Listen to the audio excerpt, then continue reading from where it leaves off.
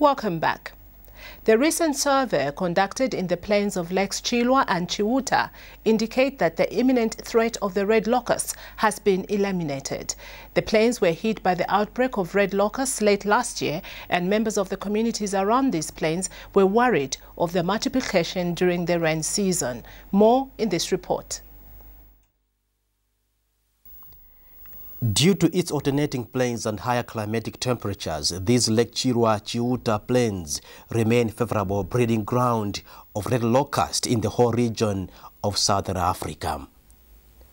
On the 31st December 2013, through Lake CHILWA Basin Climate Change Adaptation Program, with support from the Royal Kingdom of Norway, I embarked on a fact-finding tour to Nkwate village Mposa in Machinga, where a local Chikala radio listening club noticed little swarms of red locust.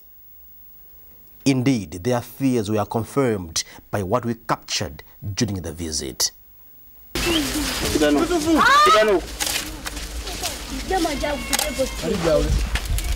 Soon after broadcasting the news on this channel, government through the Ministry of Agriculture and Food Security realized the threat and devastating damage which can be caused by the fully blown outbreak of red locust.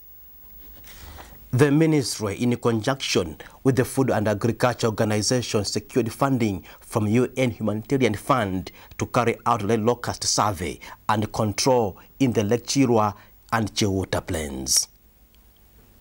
The confirmation of existence of swarms through the aerial surveys necessitated the need for control operations, and using hired aircrafts, biochemicals were sprayed, and latest round of spray being from 16th to 17 August 2014.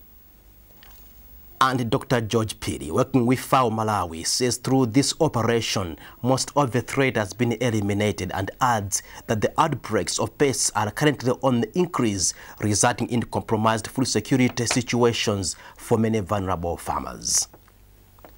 The bark of the red locust, the swarms, have been removed. I would put it at the 70–85% level of control, meaning that there's still a few leftovers. There's no method of control for insect pests that will remove them 100%. So what the communities are telling you, that the few which have been left over is correct and is expected. Those populations will remain in the wetland. They will not form swarms, they will not fly out, but they will breed and create a new population of red locust. And that is a natural phenomenon. This is the home of red locust. As you know, this is a known breeding ground for red locust. Director of Crops Development in the Ministry of Agriculture and Irrigation, Dr Godfrey Ngoma, says although these plains are breeding ground for red locust, members of the communities should continue to monitor any re-emergence.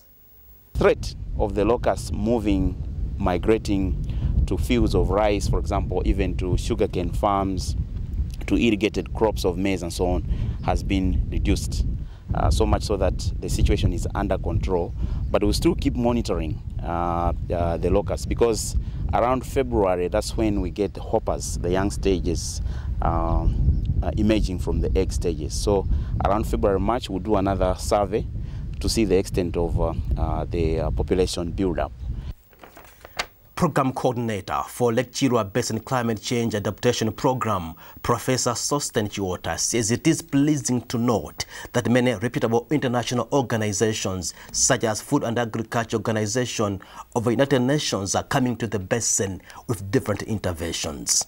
So when you see synergies building up, in terms of us working with the Ministry of Agriculture and FAO coming forward, and even the Red Locust Center in Lusaka, which also came, I think that's the kind of cooperation that we need in order to deal with the issues of climate change.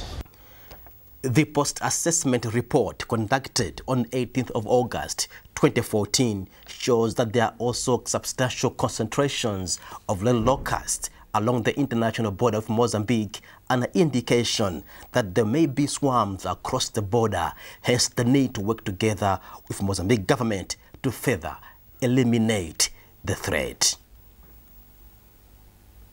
Emmanuel Thuwala, MBC News, Machinga.